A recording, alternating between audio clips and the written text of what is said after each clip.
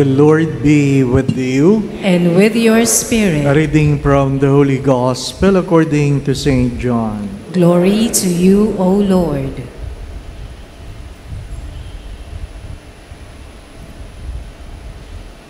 Jesus said to Nicodemus, "No one has gone up to heaven except the one who has come down from heaven, the Son of Man.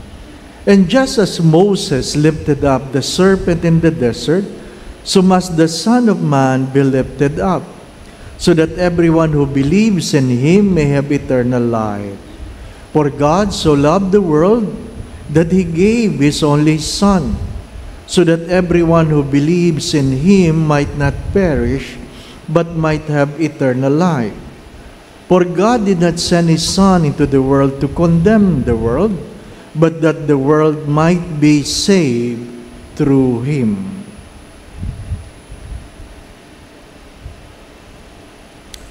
The Gospel of the Lord. Praise to you, Lord Jesus Christ.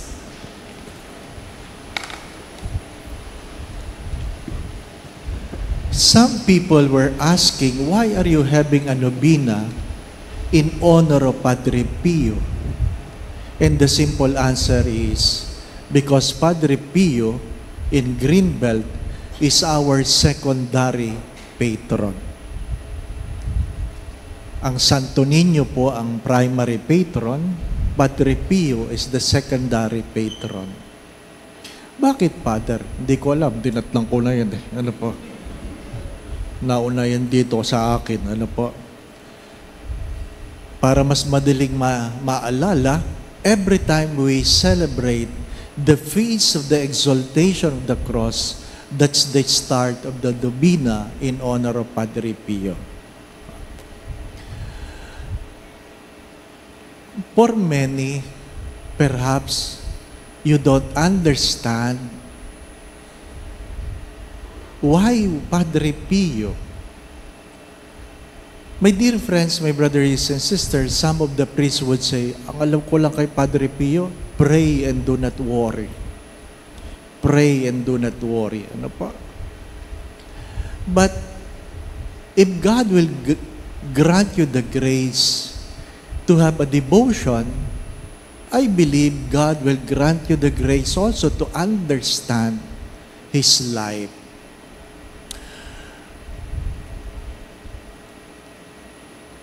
Many of you knew already that I had a stroke last year, September 17. September 17. You know, 40 years ago, can you imagine 40 years ago? I was a victim of a stabbing case, a hold-up case in the corner of Moraita Recto. And I was half body paralyzed.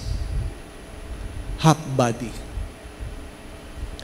I was paralyzed because of the stab wounds.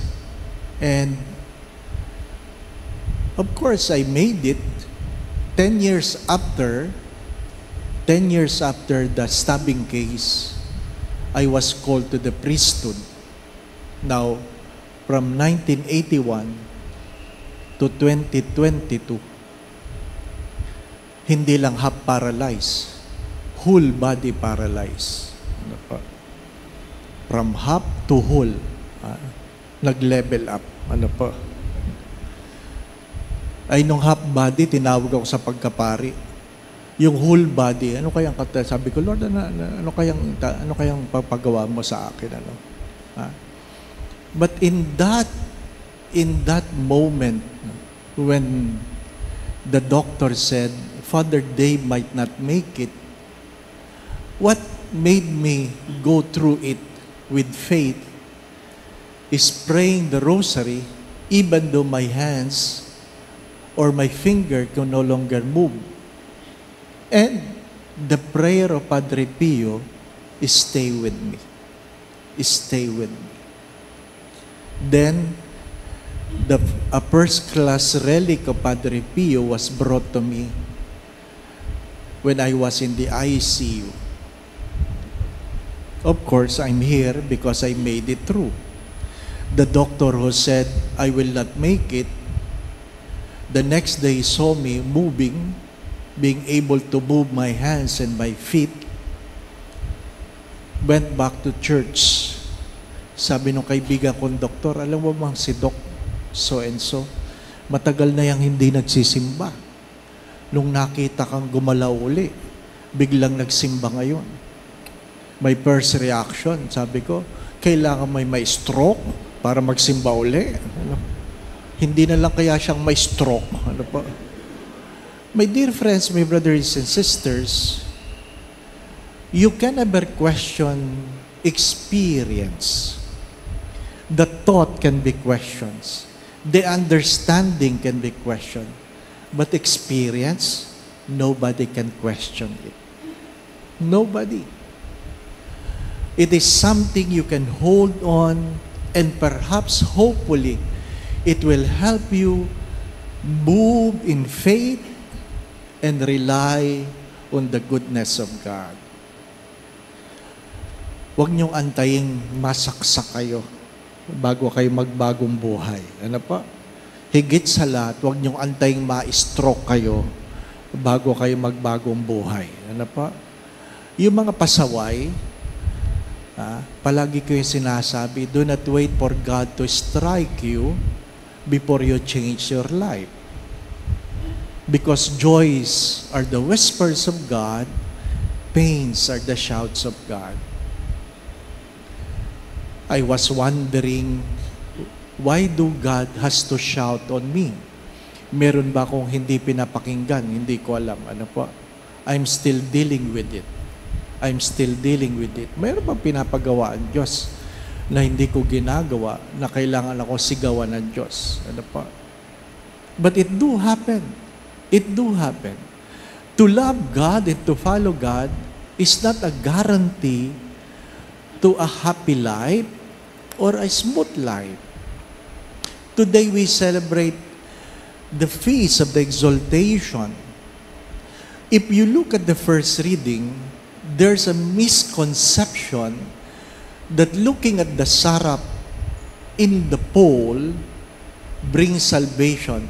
The word in the first reading was not salvation. They live. They live. Nabuhay muli. Ano po? Nabuhay. Yung mga kinagat ng ahas, pag tumingin sila doon sa ahas na nakalagay sa pole, nabuhay sila. Magkaiba yung nabuhay sa na-save. Ano po? Magkaiba yun. Ha? Kasi sinasabi lang, they were saved by the sarap. No. They were, perhaps the best term was, they were healed from the venom that they had when the snakes have bitten them. Pero ano po ang meron sa first reading? Anything, even the things that can cause you death, God can use it to make you live. Take note of that. Anything that can cause you death, the worst, not only sickness, not only poverty, but even death, God can use it to give you life. That's why even the murky river of Jordan was used by God to baptize. Kailangan bang malinis ang tubig para pambinyag? Hindi. Ang salita ng Diyos ang mas mahalaga. Di po ba, no? When Naaman, the Syrian, the leper, who asked that he be healed from his leprosy, the prophet told him to take 7 dip in the murky river of Jordan. Ay kung ikaw ay may ketong, puno-puno ka ng sugat, tutubog ka ba sa putikan? Hindi. Pero kahit gaano kaputik, kahit gaano kadumi, I would say mabaho. Pag kayo pumunta sa Holy Land at kayo'y napalapit doon sa Jordan River, ano po, yung river talaga, amoy burak. amoy putik. Ano po? Mabaho. Kaya sabi ng mga pilgrim, Father, tutubog ba tayo? Sabi ko, kayo, tumubog. Ano po? Ha? Pero huwag kayo sasakay sa bus, ha? Ha? Eh, mga ngamoy, hindi po ba? No? Mga ngamoy. Ha? Regardless how dirty, anything, God can use it to make our life better. In what way? The second reading says, because in God, out of His humility, everything was given to Him. Everything. So ano man ang problema mo ngayon? Ano man ang problema mo ngayon? Ang sabi nga ni C.S. Lewis, if your neck is not broken, your house is not burning, and you are not dying, take note, your neck is broken, it means you are paralyzed, your house is burning, you are losing everything, and you are dying. If you are not dying, you are not complaining about problems. You are simply complaining about inconvenience. So magandang pagtunan ng pansin yun. Magkaiba yung problema sa inconvenience. Problems have solution, inconvenience need a change of attitude. So mahirap yung ikaw ay dulog ng dulog sa Diyos. Lord, ha? Lord, ano ba yan? Problema ba yan? Are you dying? No. Are your neck broken? No. Is your house burning? No. Then you don't have a problem. You are complaining simply of inconvenience. You don't need a prayer to that. You simply need a change of heart. My dear friends, my brothers and sisters, all you need is humility that you may submit to the will of God. Di ba? Ikaw ba? Mataas lang ang blood sugar mo. Umiiyak ka na kagad sa Diyos. Di ba? Bakit? Dying ka ba? Hindi. Oh. Anong iniiyak mo? Di po ba? Bawasan mo ang kain. Oh. Father, wag na. Oh.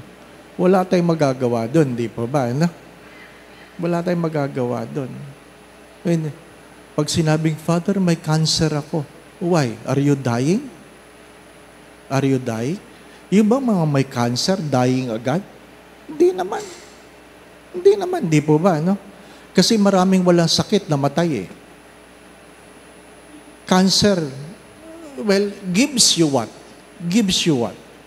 The certainty of dying. But it doesn't mean if you are not sick, you will not die. Di po ba? There's no certainty that if you are not sick, you will not die. Oh, wala nga na sakit, wala nga sakit. Oh, nadulas naman, bag, oh, patay. Di po ba, no? Ay, hindi mo alam eh. Ha? Nobody knows. Nobody knows.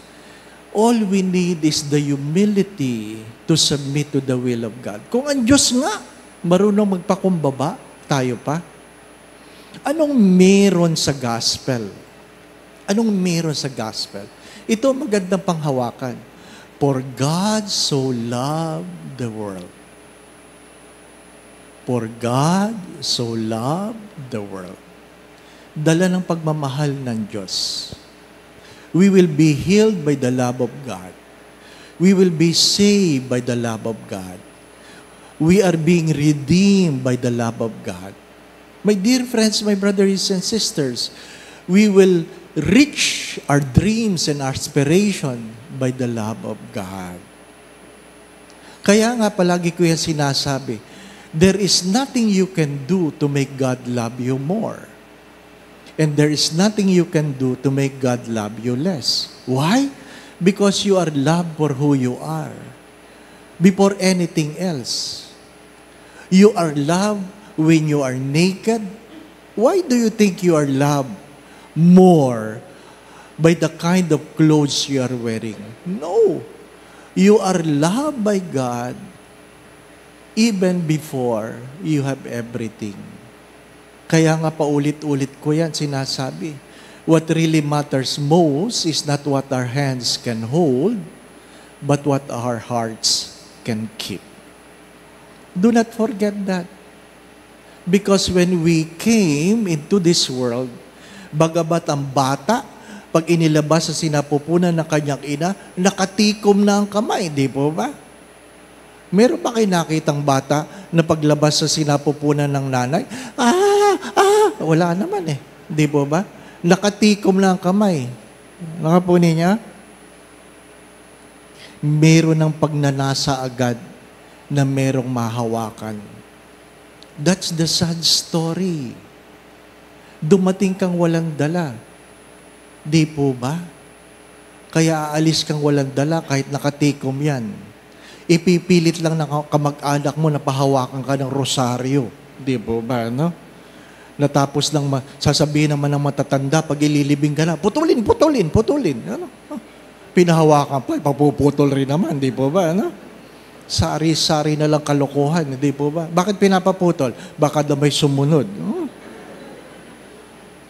Pag kayo ay pumunta sa funeral at kayo pumirma doon, nilagay niyo mga pangalan ninyo, irarapol yun. Oo. Ang mabubunot, yan ang kasunod. Ano po? Sari-sari na lang, di po ba? We are too concerned with so many things, my brothers and sisters. Take note, the love of God is beyond our sinfulness. And the invitation of today is to simply look at the cross. Look at the cross. If God suffered, who am I to complain about my suffering? If God died, who am I to complain about my death? If God was humiliated, who am I to complain about the humiliation I experienced? If God was crucified naked, who am I to complain about my nakedness? You look at the cross. You look at the cross. When you are tempted to complain, when you are tempted to give up, look at the cross. Regardless how scandalous the death of Christ, it was made a reason for us that we may be saved. Kaya pag kayo ay nahihirapan, kahit nagugutom, you look at the cross. You look at the cross. Ayaw kasi natin tingnan kasi ang hirap naman. Natural, di po ba, no? Natural. Kaya nga paulit-ulit ko sinasabi yan bakit yung magnanakaw, Father? Hindi naman yung nagsisimba. Hindi nga natin alam kung nagpabinyag yun nakapasok sa pinto ng langit. Totoo naman yun, di ba? Pero hindi niya inalis ang kanyang mga pagtingin sa cross, di po ba, no? At huwag niyong kakalimutan, nakapako yun sa cross. Kung kayo nagreklamo, subukan niyo magpapako, di po ba, no? Nakita ko doon sa Pampanga Naka-video naman, naka-video. O nagpapako. Ang problema, natumba yung cross. Ano po? Ay dahil nakapako siya, hindi siya makalis. Ang hirap nyo, napako ka na, nangudngud ka pa, di ba ba? Ang dami drama natin Bakit? Maliligtas mo ba sarili mo? Hindi. My dear friends, my brothers and sisters, look at the cross. Look at the cross. It is the shortest prayer. It is the shortest manifestation of our belief to remind us that the Father creates, the Son redeems, the Holy Spirit sanctifies. The Father creates, the Son redeems, the Holy Spirit sanctifies. Kaya nga pag nagsasign of the cross, di ba? In the name of the Father, who is the head, the Son from the womb, to your left and right, to symbolize the wings of the Holy Spirit. Di po ba, no? Amen. But Father, ba't humahalik pa sa daliri? Hindi po ba, na? Father, Son, Holy Spirit, Amen.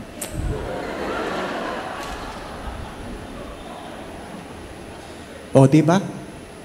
Kasi nakita niyo sa matanda, may hawak na rosaryo yon. Hawak yun na rosaryo, di ba? O, tapos hahalikan yung rosaryo. Hindi kasali yun sa sign of the cross. Sometimes we fail to educate ourselves. No? Again, my brothers and sisters, kung ano man ang problema mo, God can use it to make you live. Do not forget, if your neck is not broken, your house is not burning, and you are not dying, you are not complaining about problems. You are simply complaining about inconvenience. Amen. My brothers and sisters, as I have said yesterday, it is not what you have or not what you do not have. It's what you do about it. Maliit man, malaki, ang mahalaga, tama ang iyong disposition. Ano po? Hindi naman tayo nagpapalakihan ng krus sapagkat hindi magsisinlaki ang ating mga balikat. Ano po? Again, my brothers and sisters, when you are having problems, look at the cross. But if you are also enjoying life, look at the cross. If you're hungry, look at the cross. But if you are full, look at the cross. My dear friends, learn to look at the cross because by this cross, God conquers the world. The Lord be with you. And with your spirit. And may Almighty God bless you and your family, the Father, the Son, and the Holy Spirit. Amen. We now go in peace to love and serve the Lord. Thanks be to God.